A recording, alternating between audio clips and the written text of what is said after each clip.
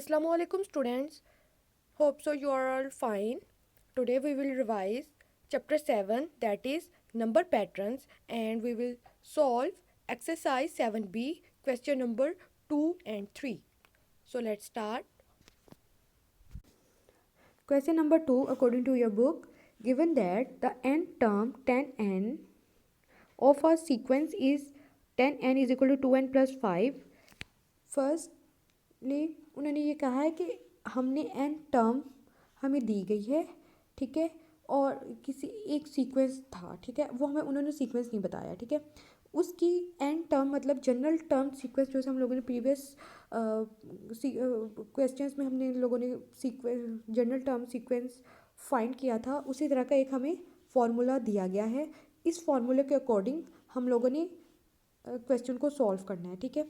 और उन्होंने फिर कहा कि फाइंड द फिफ्थ टर्म, हमने फिफ्थ टर्म फाइंड करनी है, second one eighth term find करनी है, and then the lowest common multiple of fifth term and the eighth term, and then we have to take the LCM of fifth and eight term of that sequence, ठीक है। पहले हम लोगों ने fifth and eight term find करनी है, और उसके बाद जो भी उनके आंसर्स होंगे उनको उनके अकॉर्डिंगली हम लोग इन दोनों का LCM लेना है, ठीक है। So let's start. The first one is, first of all we have to find the value of fifth term, ठीक है। हमें फॉर्मूला दिया गया है, जनरल टर्म सीक्वेंस हमें दी गई है, जो कि क्या है, T N plus is equal to N plus 5, ठीक है। As we know very well, the fifth term means that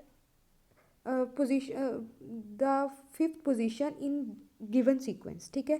so we can write as just like this as n is equal to 5, क्योंकि हमें मतलब fifth term का mean मतलब यही है कि एक सीक्वेंस है, उसकी जो सी फिफ्थ टर्म है, फिफ्थ पोजीशन में जो वैल्यू है ना, उस वो ठीक है, n का मतलब यही होता है। so as n is equal to 5, putting the values of 5 in given formula in the question, that is T N is equal to 2n plus 5, ठीक है। अब n की वैल्यू 5 है, तो हम लोग जहाँ जहाँ पे n आ रहा था वहाँ पे हम लोगों ने 5 पुट कर दिया, एंड देन कैलकुलेट 5 टू ज़ 10 प्लस 5 5 एंड देन 15, ठीक है। टी 5 इज इक्वल टू 15 आ जाएगा। In next one we have to find the value of eighth term, so the n is equal to 8, because जब हमने 8 N की value, जब eighth terms means कि eighth position पे जो सी टर्म है ना, उसकी वैल्यू फाइंड करनी है। So n is equal to 8, then putting the values of n in first equation, that is t N is equal to 2n plus 5 given in question, okay। so putting the values of n, that is equal to 8, that is equal to 2 8 plus 5, 8 to the 16 plus 5, that is equal to 21, ठीक है। हमें fifth term भी find हो गई है, that is 15, and हमें eight term भी find हमने लोगों ने कर लिया है, जो कि है 21। So by taking in third one we have to take the LCMs of fifth term and eight term of, ठीक है। So the values of 15, that is T5 or fifth term, and LC factors of T21, okay. मतलब जो सी eight term की जो सी value थी, उसका हम लोग क्या लेंगे, फैक्टर्स उसके लेंगे, जस्ट लाइक दिस, ठीक है। 15 जो कि लास्ट में हम लोगों ने फिफ्थ टर्म फाइंड की थी, उसकी वैल्यू थी 15, उसका एलसीएम लिया, मीन्स दैट कि उसके फैक्टर्स लिए, ठीक है। इन नेक्स्ट स्टेप हम एट टर्म की जो वैल्यू थी, जो कि थी 21, उसके फैक्टर्स बनाए, जो कि थे 3 multiply by 7, and then LCMs of fifth term and eight term of the sequence, that is equal to जो कॉमन वैल्यूज होती है ना, उनका product with uncommon factors, that equal to LCM. LCM किसके इक्वल होता है, common factors multiply by uncommon factors. तो कॉमन फैक्टर हमारे पास क्या है, 3, अनकॉमन फैक्टर्स कौन से हैं, 5 and 7, so 3 multiply by 5 multiply by 7, that is equal to 105। So the answer is 105, that is LCM of fifth term and eight term, okay. In next question 3, consider the sequence 3, 6, 9, 12, 15 so on. ठीक है, हमें एक sequence दिया गया है.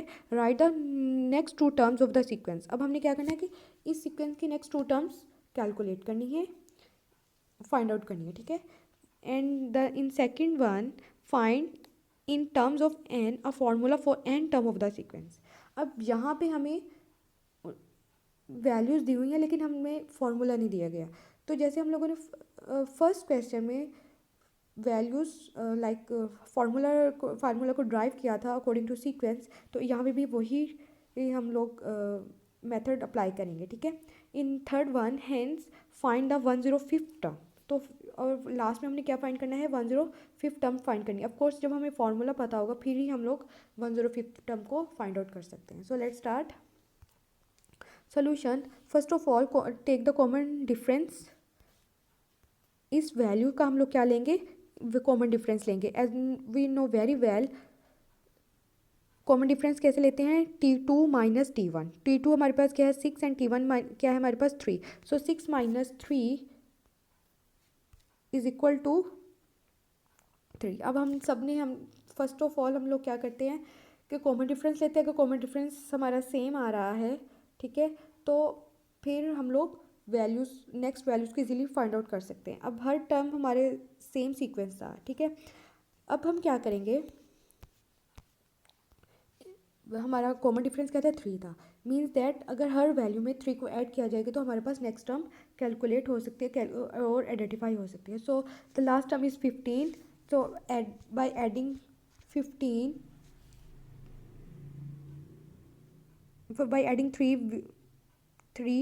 with 15 we will get 18, and then 18 plus 3 that is equal to 21. So our two terms are 18 and 21.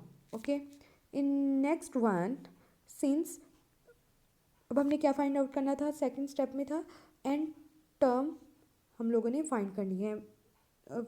You can say that कि formula generate करना है एन टर्म सीक्वेंस का. ठीक है, एन टर्म का. Since the common difference is 3. ठीक है, so Tn is equal to 3n. Means that इस 3 को n से मल्टीप्लाई कर देंगे तो 3n प्लस T0. हम यहाँ पे T0 भी लिख सकते हैं और C भी लिख सकते हैं. ठीक है, लेकिन मैंने यहाँ पे T0 लिखा है. Okay, in next step we have to find the value of T0 that is equal to the term before T1 is equal to T0. of course T1 से पहले जो सी वैल्यू होती है, जो सी हमारी T1 हमारे पास क्या थी 3 थी, और उससे पहली वाली जो सी वैल्यू होगी वो T0 होगी. अब T0 किसके इक्वल होता है, जो सी हमारी T1 वैल्यू थी डेट इज़ 3 एंड माइनस 3, मतलब कॉमन डिफरेंस का जो सा 3 था उन दोनों को माइनस करेंगे, जो वैल्यू आएगी वो हमारी T0 की वैल्यू होती है. सो 3 minus 3 that is equal to 0. So the value of T0 is equal to 0. So n term will be equal to Tn. मतलब 3n plus 0 भी लिख सकते हैं और 3n भी लिख सकते हैं. ठीक है, in next one, in last we have to find the value of 105th term. So as we know very well Tn is equal to 3n. हमें फॉर्मूला पता है, Tn is equal to 3n है. Putting the value as n is equal to 105th 5. So putting the value of n and then multiply 3 into 105, the final answer is 315. Thank you.